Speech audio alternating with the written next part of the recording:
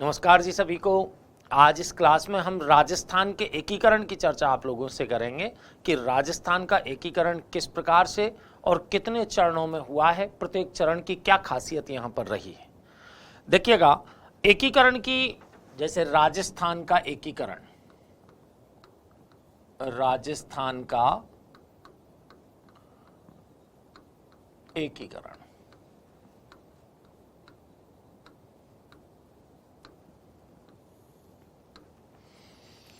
राजस्थान के एकीकरण की चर्चा करें उससे पहले आप एक बात देखिएगा कि 20 फरवरी 1947 ईस्वी को ब्रिटिश प्रधानमंत्री ने, आपके ये जो क्लीमेंट एटली थे, उन्होंने ये घोषणा की कि भाई जून 1948 ईस्वी तक हम भारत को स्वतंत्र कर देंगे, भारत के लिए सत्ता का हस्तांतरण कर देंगे। और भारत में सत्ता के हस्तांतरण के उद्देश्य से वायसराय माउंटबेटन को आपके अंतिम गवर्नर जनरल या अंतिम वायसराय के रूप में यहां पर भेजा जाता है। वायसराय माउंटबेटन के द्वारा भारत की तत्कालीन परिस्थितियों को देखते हुए 3 जून योजना प्रस्तुत की गई, जिसे माउंटबेटन प्लान या डिकी बर्ड प्लान के नाम से जाना जाता है। उस 3 जून योजना में उन्होंने 14-15 अगस्त 1947 ईस्वी को ही सत्ता हस्तांतरण की बात कही। यही जो आपकी 3 जून योजना है, ये भारतीय स्वतंत्रता अधिनियम 1947 के रूप में पारित होती है। तो यहां पर आपके सबसे पहली बात क्या है कि भाई भारतीय स्वतंत्रता अधिनियम, भारतीय स्वतंत्रता अधिनियम, स्वतंत्रता अधिनियम 1947, इस 1947 के अधिनियम की एक धारा थी, धारा 8। इस धारा 8 के तहत आपके क्या किया गया कि पहले आपके परम सत्ता की बात हम करें तो परम सत्ता को लॉर्ड हेस्टिंग्स यहां पर लेकर के आए थे। रियासतों के ऊपर ब्रिटिश परम सत्ता की स्थापना का श्रेय आपके अधीनस्थ पार्थक्य की जो संधि है उस समय आपके लॉर्ड हेस्टिंग्स के द्वारा की गई थी।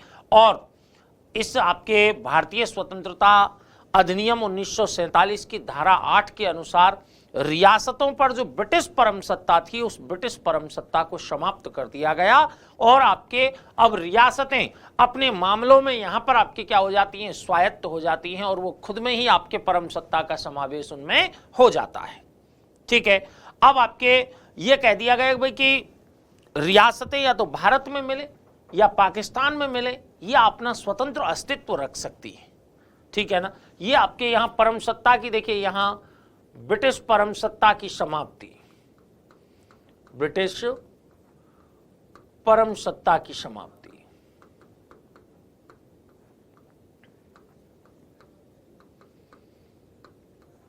ब्रिटिश परम सत्ता की समाप्ति आपके कहां होती है, भारतीय स्वतंत्रता अधिनियम 1947 की धारा 8 के अनुसार ब्रिटिश परम सत्ता को देशी रियासतों पर समाप्त कर दिया जाता है। अब देखिए, यहां पर इनको स्वतंत्रता दे दी गई थी कि या तो ये भारत में मिले या पाकिस्तान में मिले या फिर आपके अपना स्वतंत्र अस्तित्व रहने दें। ठीक है, इस समय अगर राजस्थान की स्थिति को देखा जाए, राजस्थान की स्थिति को देखा जाए तो राजस्थान में इस समय देखिए 19 तो देशी रियासतें थी, 19 देशी रियासतें,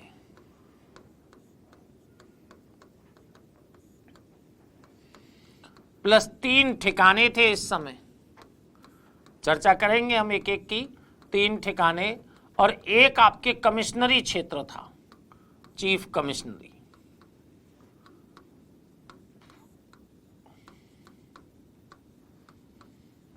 जो कि अजमेर मेरवाड़ा के रूप में था। तो इस समय भारत, राजस्थान की अगर हम बात करें तो राजस्थान में आपके 19 देशी रियासतें थी, 3 ठिकाने थे और एक चीफ भी कमिश्नरी क्षेत्र था, अजमेर मेरवाड़ा के रूप में जो जाना जाता है। ठीक है, इनका सभी का विलय करना था, लेकिन इन सभी का विलय आपके आसान नहीं था। इतना आसान नहीं था कि भाई कि 19 रियासतें, 3 ठिकाने और एक आपके चीफ है मिलाकर के तुरंत राजस्थान का निर्माण कर दो। तो इनसे पहले हुआ क्या, देखिएगा 5 जुलाई देखा जाए तो 5 जुलाई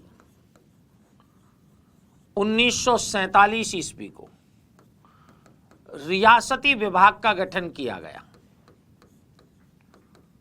रियासती विभाग का गठन किया गया और किनकी अध्यक्षता में किया गया? सरदार वल्लभ भाई पटेल। सरदार वल्लभ भाई पटेल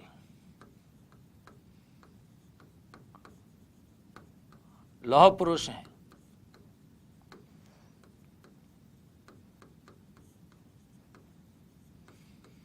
सरदार वल्लभ भाई पटेल की अध्यक्षता में आपकी किसका गठन किया गया है? रियासती विभाग का गठन किया गया।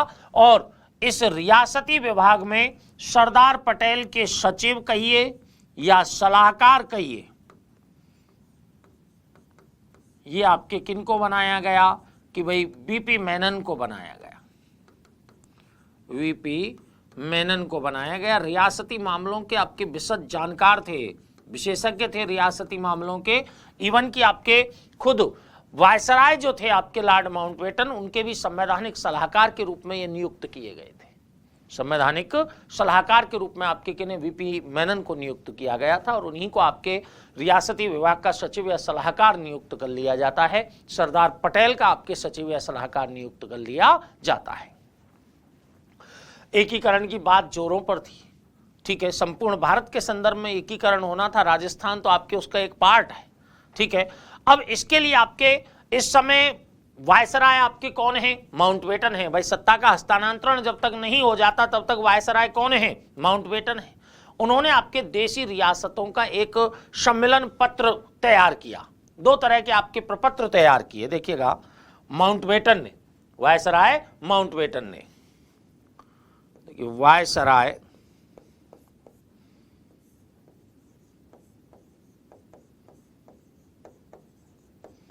माउंटबेटन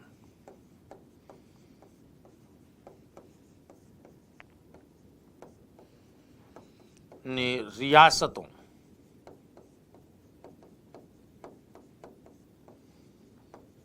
के विलय हेतु दो प्रकार के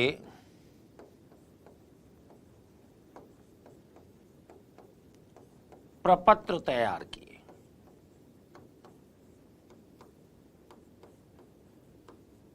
दो प्रकार के प्रपत्र तैयार करते हैं आपके कौन? Viceroy Mountbatten. और दोनों प्रकार के प्रपत्र आपके कौन से हैं? कि एक तो instrument of accession, instrument of accession, instrument of accession. एक तो इंस्ट्रूमेंट ऑफ एक्सेशन था, इस पर हस्ताक्षर करके कोई भी रियासत भारतीय संघ में आपके विलय कर सकती थी अपना, ठीक है। देखिए, इस पर हस्ताक्षर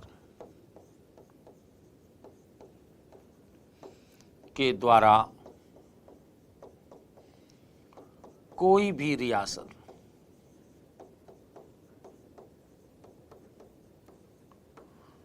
भारत संघ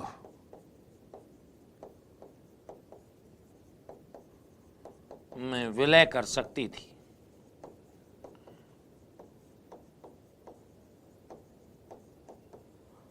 कोई भी रियासत भारत संघ में आपके इंस्ट्रूमेंट ऑफ एक्सेशन पर आपके हस्ताक्षर करते ही विलय कर सकती थी। और एक था आपके stand still agreement, stand still agreement, stand still agreement. ये आपके वो एग्रीमेंट है जो यथास्थिति बनाए रखने के लिए था।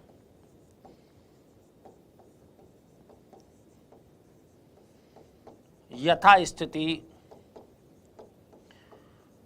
बनाए रखने हेतु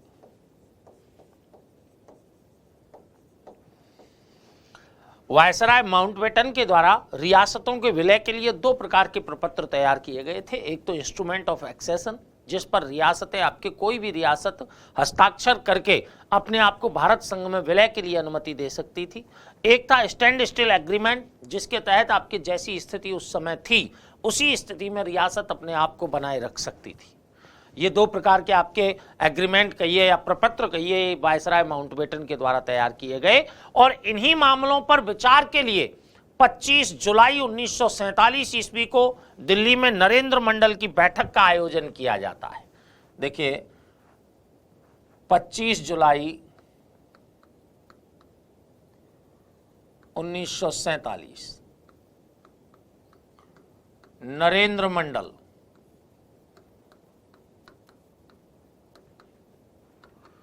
की बैठक, और यह बैठक आपकी किसमें होती है? वायसराय माउंटबेटन की अध्यक्षता में, माउंटबेटन की अध्यक्षता में, माउंटबेटन की अध्यक्षता में आपके ये बैठक का आयोजन किया गया। और इस बैठक में आपके क्या बताया गया था? इसमें वायसराय माउंटबेटन ने रियासतों के समक्ष ये लगभग स्पष्ट कर दिया था कि रियासतों का स्वतंत्र अस्तित्व संभव नहीं है। ठीक है, उन्होंने ये भी स्पष्ट किया कि जो हिंदू बहुल इलाके हैं, हिंदू बहुल इलाकों की आपके रियासतों को चाहिए कि वो भारत संघ में विलय करें। उनको प्रोत्साहित किया था हिंदू बहुल इलाकों को कि भाई कि वो भारत संघ में आपके विलय करें, और रियासतों के स्वतंत्र अस्तित्व रखने की जो आपकी स्थिति थी उसको हतोत्साहित करने का प्रयास आपके वायसराय माउंटबेटन के द्वारा किसके अंतर्गत किया गया था? इस आपकी नरेंद्र मंडल की बैठक के अंतर्गत किया गया। अब देखिए इसमें एक बात और ये चल रही थी कि भाई कि नरेंद्र मंडल की बैठक जब आयोजित की गई और इसमें आपके रियासतों पर यह दबाव डाला गया, एक तरह से उनको सलाह दी गई, तो 15 अगस्त 1947 ईस्वी तक की स्थिति को अगर देखा जाए तो जूनागढ़ है, कश्मीर है, हैदराबाद है, कुछ पुर्तगीज और फ्रेंच उपनिवेश हैं, इनको छोड़ करके लगभग समस्त रियासतों ने विलय की अनुमति दे दी थी। ठीक है, कि भारतीय एकीकरण के समय आपके जूनागढ़ और हैदराबाद की अलग से समस्या पर विचार आपके किया जाता है। यहां पर हम आपके इस बिंदु से दूर रहेंगे थोड़ा, तो यहां पर केवल राजस्थान की ओर हम आते हैं। तो देखिए इस विलय पत्र पर हस्ताक्षर रियासतों के द्वारा कर दिए गए थे, और राजस्थान की अगर रियासत को देखा जाए कि भाई राजस्थान की वह पहली रियासत कौन सी थी जिसके द्वारा विलय पत्र पर हस्ताक्षर किया गया, तो वो आपके 7 अगस्त 1947 को बीकानेर के महारावल थे, बीकानेर के महाराजा थे शार्दुल सिंह। बीकानेर के महाराजा कौन थे? शार्दुल सिंह। तो देखिए 7 अगस्त 1947 को शार्दुल सिंह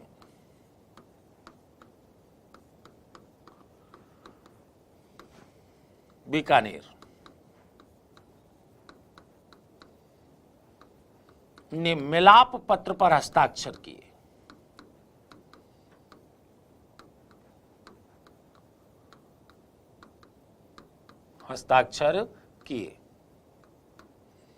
बीकानेर के महाराजा शार्दुल सिंह के द्वारा आपके मिलाप पत्र पर हस्ताक्षर कर दिए गए। और राजस्थान की रियासतों में वह अंतिम रियासत जो स्वतंत्रता से जस्ट एक दिन पहले यानी 14 अगस्त को मिलाप पत्र पर हस्ताक्षर करती है, वो है आपकी धौलपुर रियासत। 14 अगस्त 1947 उदयभान सिंह धौलपुर, उदयभान सिंह धौलपुर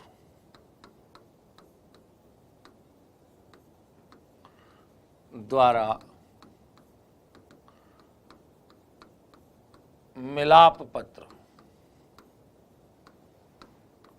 पर हस्ताक्षर किए।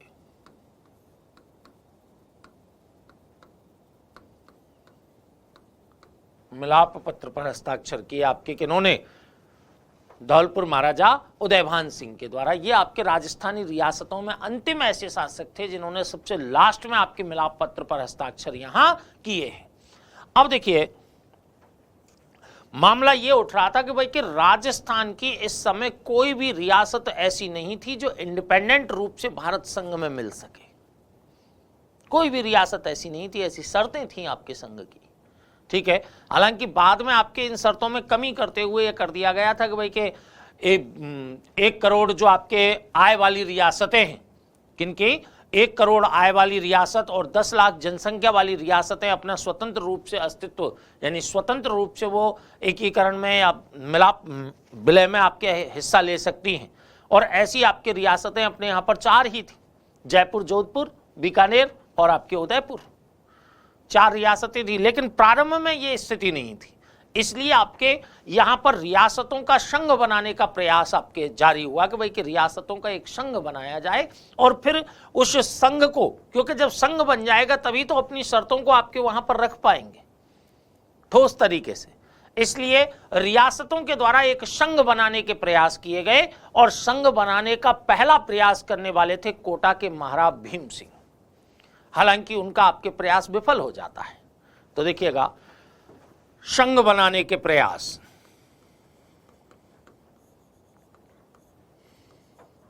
संघ बनाने के प्रयास।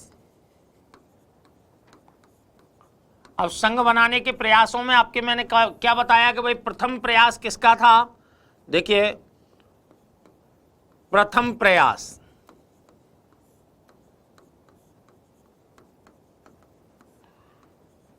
कोटा नरेश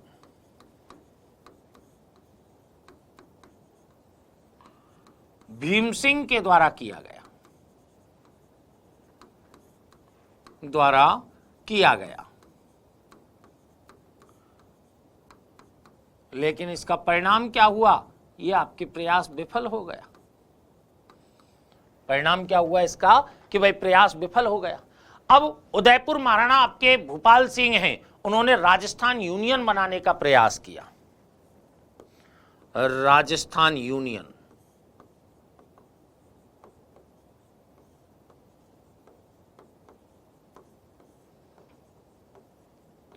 राजस्थान यूनियन बनाने का प्रयास आपके कौन कर रहे हैं? इस प्रयास को महाराणा भूपाल सिंह, महाराणा भूपाल सिंह। महाराणा भूपाल सिंह की योजना थी कि भाई कि ऐसा है कि हम क्या करते हैं कि भाई गुजरात, राजस्थान और मालवा क्षेत्र, मालवा क्षेत्र जो कि आपके मध्य प्रदेश का क्षेत्र है, कि भाई इन क्षेत्रों की आपके कुछ रियासतों को आपस में मिलाकर के एक राजस्थान यूनियन का निर्माण किया जाए। ठीक है, और यह यूनियन जो भारतीय संघ होगा उसमें एक उपसंघ की हैसियत से मिले, उपसंघ की हैसियत से मिले। इससे क्या होगा? इनको अपने अधिकारों की सुरक्षा करने के लिए साधन मिल जाएंगे। और इसी उद्देश्य से महाराणा के द्वारा आपके 25-26 जून 1946 ईस्वी को, कब? 25-26 जून 1946 ईस्वी को उदयपुर में आपके सम्मेलन आयोजित किया, उदयपुर सम्मेलन आयोजित किया और इस सम्मेलन में 22 राजाओं के द्वारा हिस्सा लिया गया।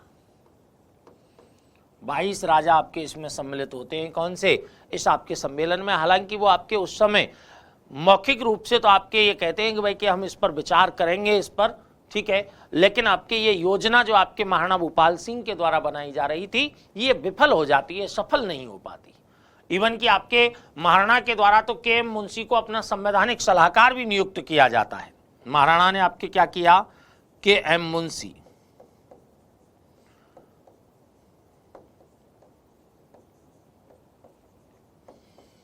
मुंशी को संवैधानिक सलाहकार बनाया, अपना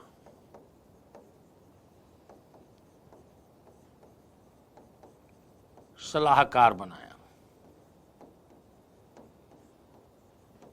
लेकिन योजना आपके फलीभूत नहीं होती है, राजस्थान यूनियन अस्तित्व में नहीं आ पाता है, चाहे 22 राजा ही आपके क्यों नहीं शामिल हुए हों, लेकिन आपके ये अस्तित्व में नहीं आ पाता। हालांकि आपके देखिए कोटा नरेश भीम सिंह हैं, उन्होंने कोटा बूंदी झालावाड़ को मिलाकर के आपके हड़ौती संघ बनाने का विचार किया, लेकिन वो भी आपके फेल हो गई योजना। देखिए भीम सिंह कोटा का हाड़ौती संघ बनाने का विचार आया,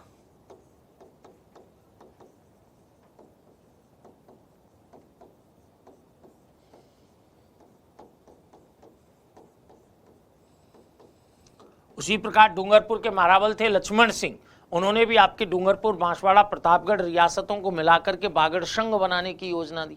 ठीक है, इसी प्रकार जयपुर महाराजा मानसिंह हैं, जयपुर महाराजा मानसिंह की अनुमति से वहां के दीवान थे वीटी कृष्णमाचारी, उनके द्वारा आपके राजपूताना संघ बनाने का प्रयास किया गया, लेकिन ये सारे प्रयास धीरे धीरे आपके क्या हो जाते हैं, विफल हो जाते हैं। कोई भी आपके संघ ऐसा अस्तित्व में नहीं आ पाता जो कि एक आपसी सहयोग से क्या हो सके, भारतीय संघ में आपके विलय कर सके, भारतीय संघ में विलय कर सके।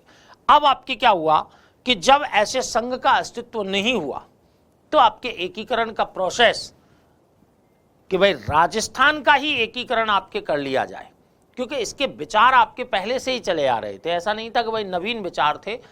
1939 में वायसराय लिनलिथगो के द्वारा रियासतों को आपके एक संघ के रूप में समूहित करने की बात कही, लेकिन आपके वो बात आई गई हो जाती है उस समय। इवन कि आपके दिल्ली में अखिल भारतीय देशी राज्य लोक परिषद की जो बैठक होती है सितंबर 1946 की, उसमें भी आपके ये बात कह दी जाती है कि भाई कि कोई भी राजस्थानी रियासत है वो एक इकाई के रूप में भारतीय संघ में मिलन की हैसियत नहीं रखती है, तो क्यों ना आपके इन सभी रियासतों का एक संघ बनाया जाए। ये आपके अखिल भारतीय देशी राज्य लोक परिषद की जो दिल्ली बैठक थी उसी में आपके तय कर दिया जाता है।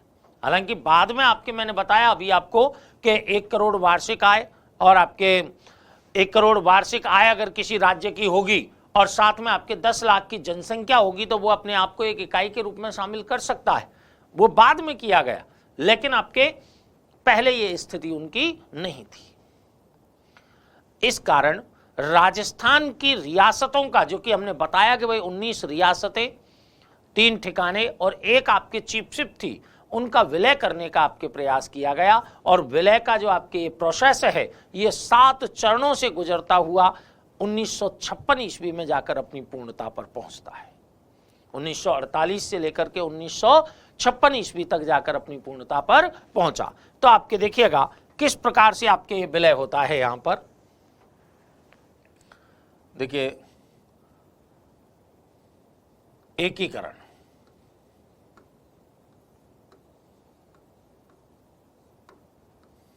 एकीकरण में आपके कितने चरणों में हुआ है, ये 7 चरणों में, 7 चरणों में आपके 1948 से लेकर के 1956 ईस्वी तक, 1956 ईस्वी तक आपके हुआ है। इनमें आपके कितनी रियासतों का विलय किया जाना था कि भाई 19 रियासतों का विलय किया जाना था, प्लस 3 ठिकानों का विलय किया जाना था, और एक आपके कमिश्नरी क्षेत्र है, चीफशिप के रूप में है कमिश्नरी क्षेत्र जो अजमेर मेरवाड़ा का क्षेत्र है, उसका विलय किया जाना था। तो इनका आपके यहां पर विलय होना है और अंततः आपके 7 चरणों से गुजरता हुआ ये आपके राजस्थान का जो वर्तमान रूप है उसके रूप में सामने आ जाता है। ठीक है, अब किस प्रकार से एकीकरण यहां पर हुआ, ठीक है, वो चीज हम यहां पर देखेंगे अभी। तो देखिएगा एक एक चीज को आपके, जैसे प्रथम चरण है आपके कौन सा,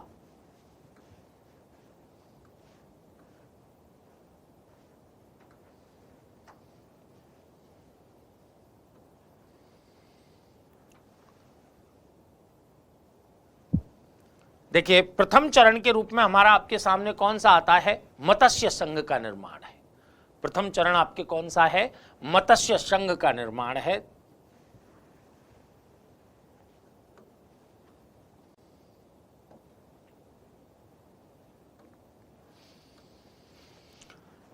प्रथम चरण आपके कौन सा है हमारा कि भाई मत्स्य संघ का निर्माण है।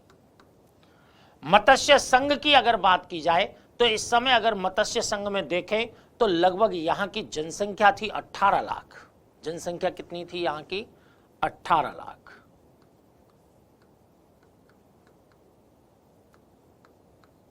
जनसंख्या 18 लाख अप्रोक्सीमेटली है।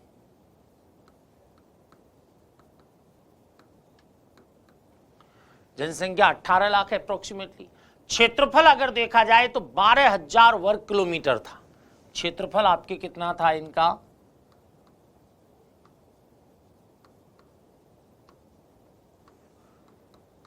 12,000 वर्ग किलोमीटर। 12,000 वर्ग किलोमीटर आपके क्षेत्रफल इनका, और इस समय इनकी आय लगभग 1.84 करोड़। आय अगर देखी जाए तो कितनी है? 1.84 करोड़, या अप्रोक्सीमेटली 2 करोड़ रुपए आपके इनकी आय थी। ठीक है, ये स्थिति थी आपकी। कौन सी रियासतें थी इसमें? 4 रियासतें थी। यहां पर देखें तो अलवर के महाराजा इस समय आपके कौन थे? तेज सिंह। अलवर महाराजा कौन थे यहां पर? तेज सिंह। भरतपुर महाराजा आपके कौन थे? कि भाई वृजेंद्र सिंह।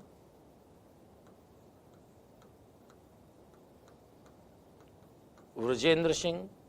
धौलपुर महाराजा कौन थे? कि भाई उदयभान सिंह। धौलपुर महाराजा कौन थे? उदयभान सिंह। पहले से ही आपके तमाम गोलमेज सम्मेलन इत्यादि में आपके किन्होंने हिस्सा लिया था? महाराजा उदयभान सिंह के द्वारा हिस्सा लिया था, इसलिए आपके लोकप्रिय कैरेक्टर के रूप में यहां पर छाए हुए थे। ठीक है, यहां पर आपके करौली महाराजा हैं वो गणेश पाल देव हैं। करौली के आपके कौन हैं? गणेश पाल देव। यहां पर करौली के आपके कौन हैं? गणेश पाल देव।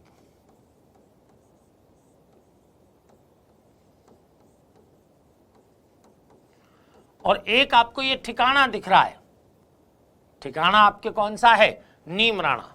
ठिकाना कौन सा है? नीमराणा। और नीमराणा का इस समय अगर प्रशासन देखा जाए तो राजा राजेंद्र सिंह के हाथ में था। नीमराणा का प्रशासन आपके कौन संभाले हुए थे? राजा राजेंद्र सिंह।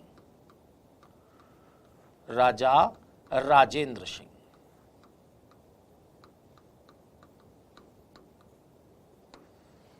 नीमराणा का प्रशासन आपके राजा राजेंद्र सिंह संभाले हुए थे। अब देखिएगा, मत्स्य संघ का निर्माण कर रहे हैं, लेकिन मत्स्य संघ के निर्माण का रास्ता इतना आसान नहीं था जितना कि आपके लग रहा है देखने में कि भाई कि 4 रियासत अलवर, भरतपुर, धौलपुर, करौली को आपके मिलाकर के मत्स्य संघ का निर्माण कर दिया हमने। इसके निर्माण में बाधाएं थी, और बाधाएं आपकी क्या थी मैं आपके मौखिक रूप से ही आपको बताऊं कि अलवर और भरतपुर के कुछ जो मेव जाति के लोग थे वो अलग राज्य का ही सपना देख रहे थे।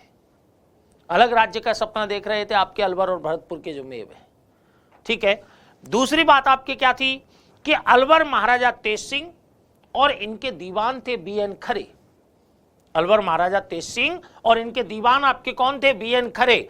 उनका आपके गांधी जी की हत्या के आरोपियों की मदद करने का आरोप उन पर लगा हुआ था। हालांकि बाद में जांच में ये निर्दोष पाए गए, लेकिन प्रारंभिक स्थिति की बात है कि भाई कि उन पर ये आरोप लगाया हुआ था। इस कारण अलवर के प्रशासन को भारत सरकार के द्वारा अपने हाथ में ले लिया गया।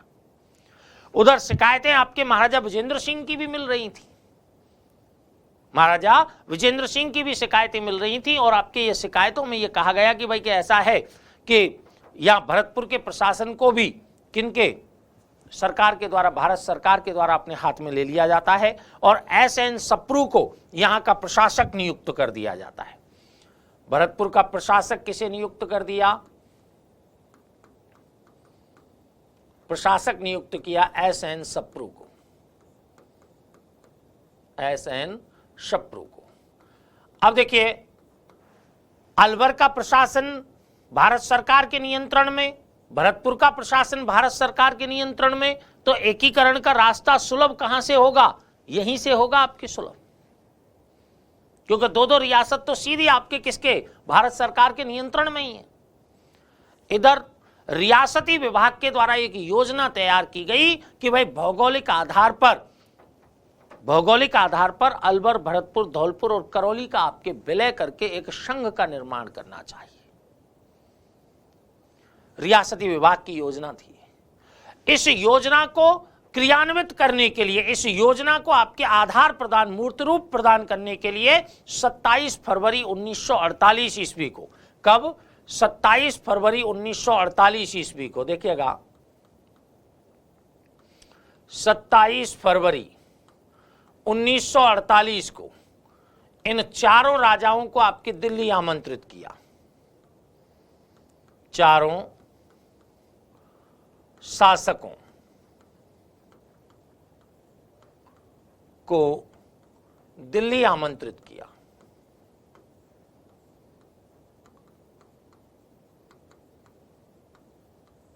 आमंत्रित किया किन किन को आपके के अलवर महाराजा तेज सिंह, धौलपुर महाराजा उदयभान सिंह, करौली महाराजा गणेश पाल देव और भरतपुर महाराजा विजेंद्र सिंह, इनको आपके दिल्ली आमंत्रित किया और इनको बताया कि भाई कि हम ऐसे एक संघ के निर्माण की योजना बना रहे हैं कि भाई इन चारों रियासतों को मिलाकर के एक संघ बना दिया जाना चाहिए। 28 फरवरी को इन शासकों के द्वारा उस संघ पर आपके सहमति दे दी गई और हस्ताक्षर कर दिए गए। फरवरी को सहमति पत्र पर हस्ताक्षर, सहमति पत्र पर हस्ताक्षर चारों शासकों ने कर दिए। मजबूरी है, दो का तो प्रशासन ही आपके भारत सरकार के नियंत्रण में था। 28 फरवरी को सहमति पत्र पर हस्ताक्षर कर दिए कि ठीक है भाई, हम भी आपके विलय की अनुमति देते हैं। यहां पर 17 मार्च 1948 का दिन आपके उद्घाटन के लिए चुना गया कि भाई कि इसका उद्घाटन किया जाएगा। के.एम. मुंशी के सुझाव पर इसका नाम क्या रख दिया गया? देखिए, के.एम. मुंशी, कन्हैया लाल माणिक लाल मुंशी, मुंशी के सुझाव पर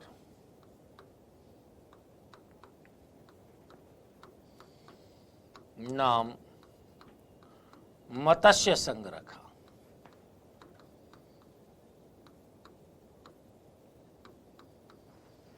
के.एम. मुंशी के सुझाव पर इसका नाम आपके क्या रखा है? मत्स्य संघ रखा।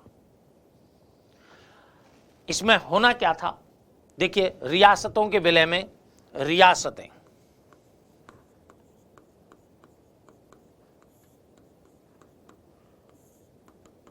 देखिए अलवर, भरतपुर, धौलपुर और करौली,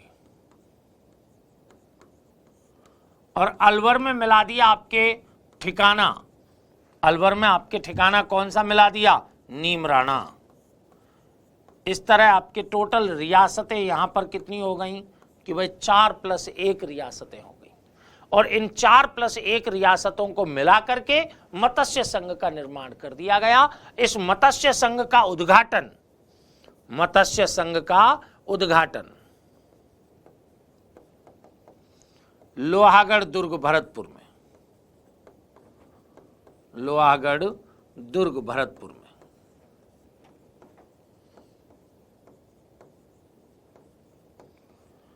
किसने किया है कि भाई एन.वी. गाडगिल के द्वारा किया गया। एन.वी. गाडगिल के द्वारा आपके इनका उद्घाटन किया जाता है।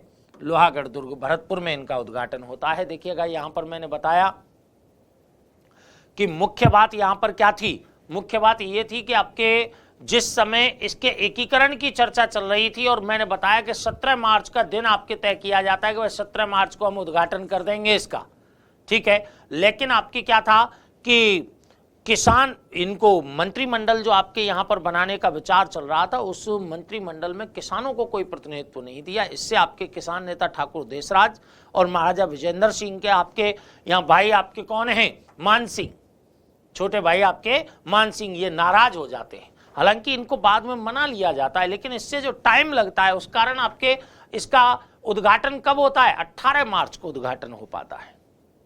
18 मार्च को इसका उद्घाटन हुआ। कहां पर कर दिया है? भरतपुर के आपके लोहागढ़ दुर्ग में कर दिया एन.वी. गाडगिल ने।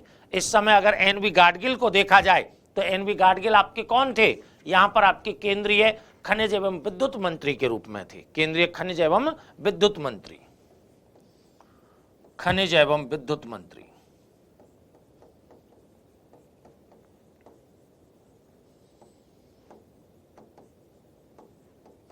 विद्युत मंत्री के रूप में आपके कौन थे? एन.वी. गाडगिल थे, ठीक है। अब यहां पर देखिए वही बातें आ गई कि भाई राजधानी, राज प्रमुख, उपराज प्रमुख। देखिए, तो राजधानी आपकी किसको बना दिया गया? राजधानी बना दिया अलवर को। राजधानी कि भाई राजधानी अलवर रहेगी जी, कि ठीक है। अब राज प्रमुख कौन बनेंगे? कि भाई राज प्रमुख बना दो किनको? उदयभान सिंह को। धौलपुर महाराजा उदयभान सिंह को क्या बना दिया गया, राज प्रमुख बना दिया गया। ठीक है, कहां के थे उदयभान सिंह, धौलपुर महाराजा। और आपके कि भाई उपराज प्रमुख कौन बना दिए, कि उपराज प्रमुख के रूप में बना दो आप करौली के शासक को, उपराज प्रमुख आपके गणेश पाल को, गणेश पाल देव, इनको आपके क्या बना दिया, यहां उपराज प्रमुख बना दिया।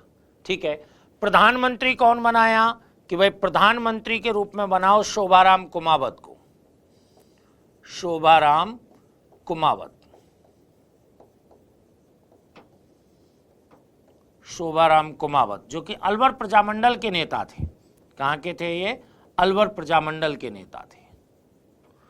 और इस समय आपके इनका मंत्रिमंडल जो बनाया गया, किनका, शोभाराम कुमावत का जो मंत्रिमंडल बनाया जाता है, उस मंत्रिमंडल की आपके देखिए चारों रियासतों को प्रतिनिधित्व दिया जाता है। जैसे गोपीलाल यादव और जुगल किशोर चतुर्वेदी कहां से लिए जाते हैं, भरतपुर से। गोपीलाल यादव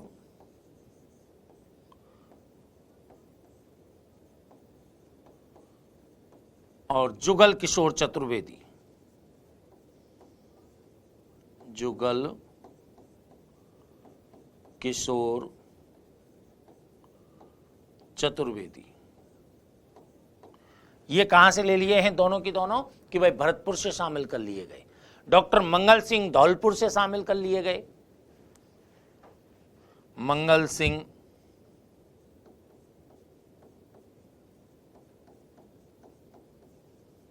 धौलपुर से शामिल कर लिए गए। भोलानाथ हैं वो अलवर से शामिल कर लिए गए। भोलानाथ कहां से, कि भाई अलवर से शामिल कर लिया है भोलानाथ को। ठीक है, और यहां पर अगर देखा जाएगा भाई कि करौली में किनको आपके प्रतिनिधित्व दिया है, तो चिरंजीलाल शर्मा को करौली से आपके शामिल कर लिया जाता है, चिरंजीलाल शर्मा।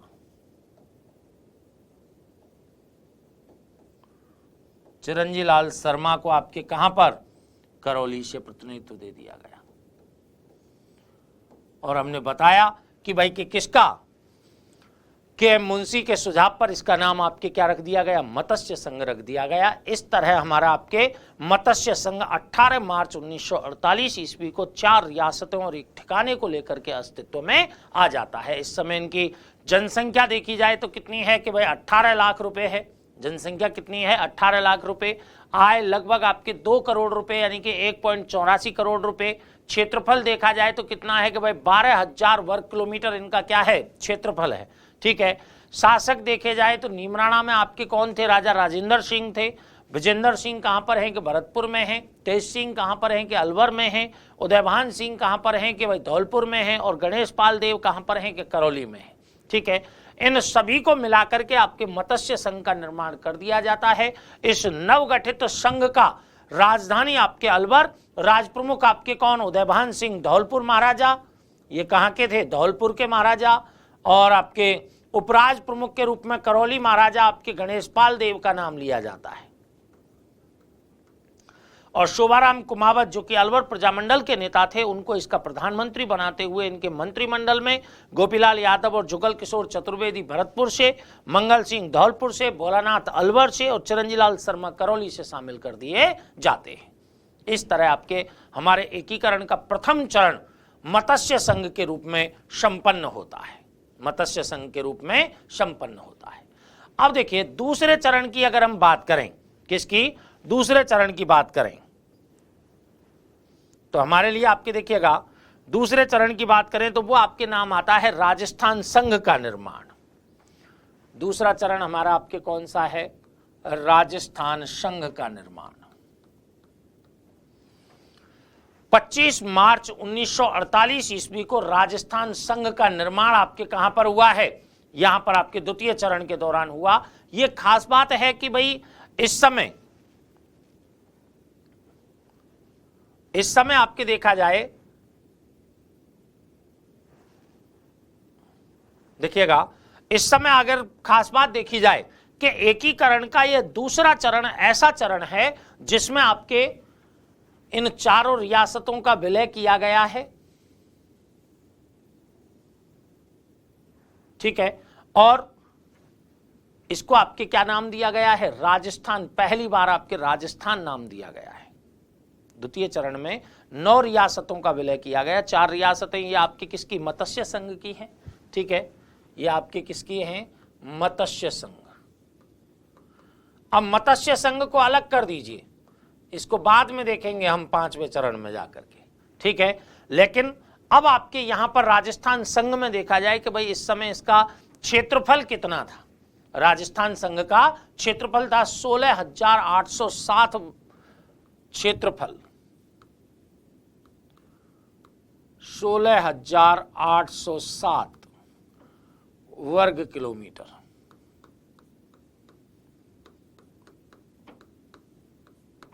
वर्ग किलोमीटर आपके 16,807 वर्ग किलोमीटर क्षेत्रफल है। जनसंख्या 23.5 लाख।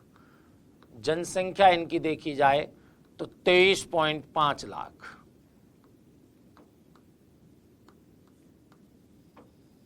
23.5 लाख आपकी इनकी जनसंख्या। और इस समय अगर वार्षिक आय इनकी देखी जाए तो वही लगभग 2 करोड़ रुपए आय अगर देखी जाए तो 2 करोड़ रुपए, यानी कि 1.90 लाख रुपए, 90 करोड़ रुपए।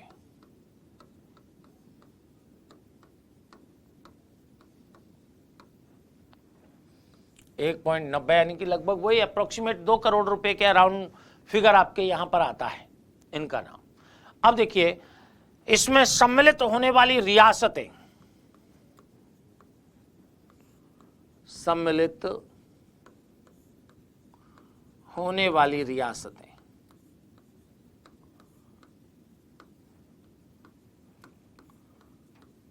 रियासतें ये हैं आपके 9+1। टोटल कितनी रियासतें आपके सम्मिलित हो रही हैं इसमें? 9+1 रियासतें आपके सम्मिलित हो रही हैं।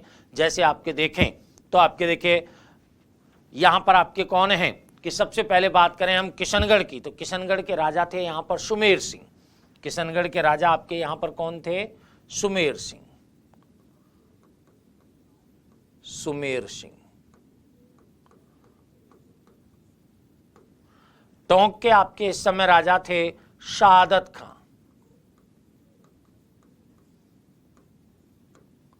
शहादत अली, शहादत अली खां, ठीक है। बूंदी के आपके कौन थे कि भाई बहादुर सिंह। बूंदी के कौन थे कि बहादुर सिंह। कि भाई कोटा के कौन हैं कि कोटा के थे भीम सिंह। कोटा के आपके कौन थे? भीम सिंह। देखिएगा कोटा के भीम सिंह आपके, बूंदी के आपके कौन हो गए? बहादुर सिंह। टोंक के कौन हो गए? शहादत अली खां। तो यहां पर आपके देखिएगा पहले आपके छोटी छोटी रियासतों को लो इस एकीकरण के अंतर्गत। टोंक, किशनगढ़, किशनगढ़ और शाहपुरा। टोंक, किशनगढ़ और शाहपुरा आपके 3 आपकी छोटी छोटी रियासतें ले ली। शाहपुरा के अगर शासक देखे जाएं तो सुदर्शन देव हैं। शाहपुरा के आपके शासक कौन हैं? सुदर्शन देव। सुदर्शन देव वर्तमान आपके भीलवाड़ा में पड़ता है शाहपुरा, ठीक है। उस समय आपके सुदर्शन देव का यहां पर शासन था। अब देखिए कि दक्षिणी कहां की लो आप? हाड़ौती क्षेत्र की लो, कोटा, बूंदी और झालावाड़ को।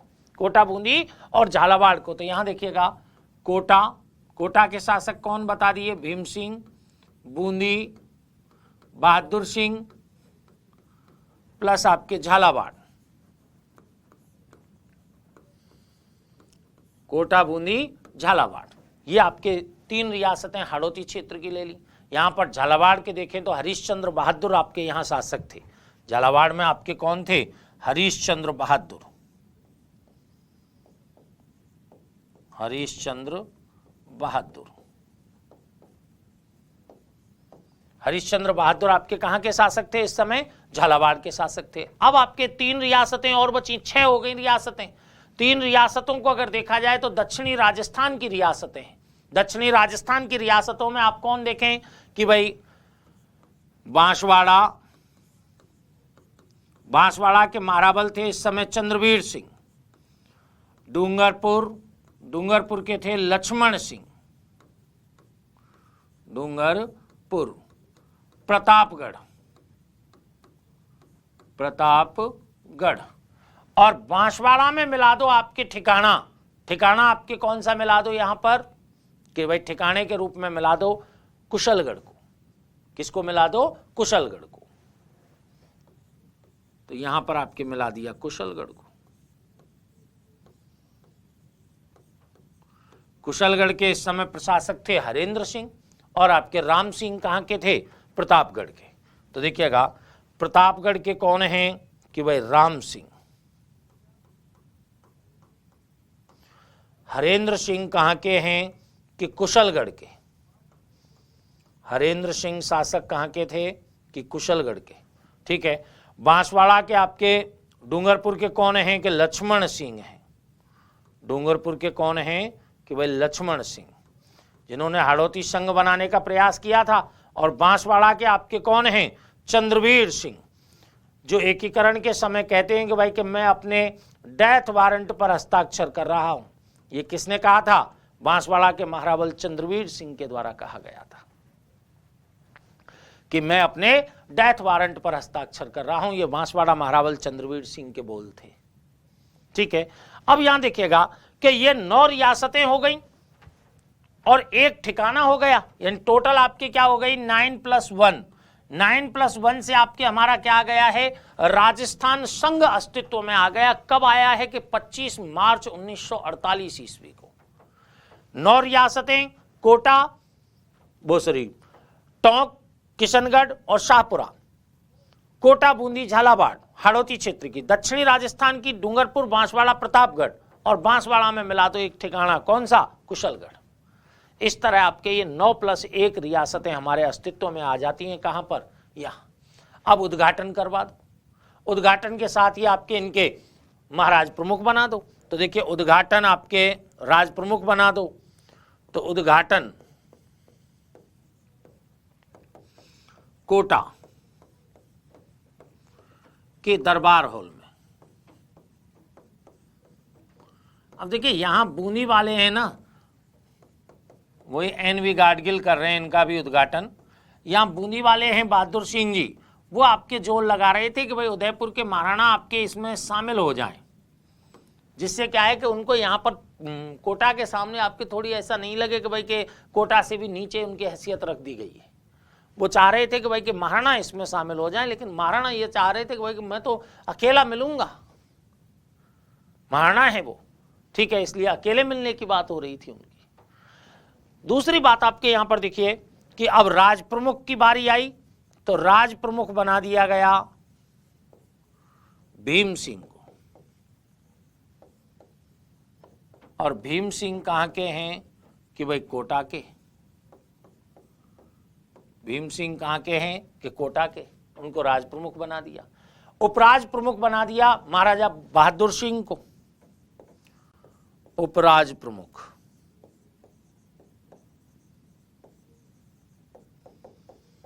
महाराजा बहादुर सिंह को, महाराजा बहादुर सिंह को आपके इसका क्या बना दिया गया? उपराज प्रमुख बना दिया गया। कहां के हैं ये? बूंदी के। इस समय इनका प्रधानमंत्री गोकुललाल असावा को बनाया गया। गोकुललाल असावा शाहपुरा प्रजामंडल के नेता थे, इनको आपके इनका प्रधानमंत्री नियुक्त किया गया। शाहपुरा प्रजामंडल के नेता को आपके प्रधानमंत्री नियुक्त किया गया और मंत्रिमंडल के गठन का जो कार्य है उसको स्थगित रखा गया कि भाई मंत्रिमंडल का भी गठन कर लेंगे, जल्दी नहीं है आपके कोई ऐसी। ठीक है, इसलिए मंत्रिमंडल के गठन का कार्य आपके स्थगित रखा जाता है और बाकी का आपके कार्य कहां पर? इस आपके एकीकरण के इस चरण में संपन्न हो जाता है। ठीक है, तो एकीकरण के अगर राजस्थान संघ की बात करें, राजस्थान यूनियन की बात करें, कहीं कहीं पूर्व राजस्थान भी इसका नाम मिल जाता है कि एकीकरण के दूसरे चरण में हमें पहली बार राजस्थान शब्द का उल्लेख यहां पर प्राप्त हो गया। इसमें आपके 9 रियासतें और एक ठिकाना शामिल था। 25 मार्च 1948 ईस्वी को यह अस्तित्व में आया और आपके ठिकाना कौन सा था इसमें कि भाई कुशलगढ़ था। कुशलगढ़ के प्रशासक कौन थे इस समय के? राव राजा हरेंद्र सिंह यहाँ के प्रशासक थे। 9 रियासतों के शासकों की हमने बात आपसे की, ठीक है। राजधानी कौन सी बनाई कि भाई कोटा राजधानी है इसकी, राजधानी आपकी कौन सी है? कोटा। राजधानी कहाँ है? कोटा है। प्रधानमंत्री आपके शाहपुरा प्रजामंडल के नेता, शाहपुरा प्रजामंडल के नेता गोकुल लाल असावा को बना दिया जाता है और राज प्रमुख के रूप में भीम सिंह कोटा को नियुक्त किया जाता है, ठीक है। एनवी गाडगिल के द्वारा आपके कोटा के दरबार हॉल में ही इसका गठन कर दिया जाता है, इसका पुनर्गठन कर दिया जाता है। किनका? इस आपके मत्स्य संघ का, ठीक है। ये हमारे एकीकरण का दूसरा चरण है। कौन सा चरण है? दूसरा चरण है। अब नेक्स्ट आपके क्लास में हम तीसरे चरण से आपके इसको आगे बढ़ाएंगे, ठीक है। तब तक के लिए धन्यवाद।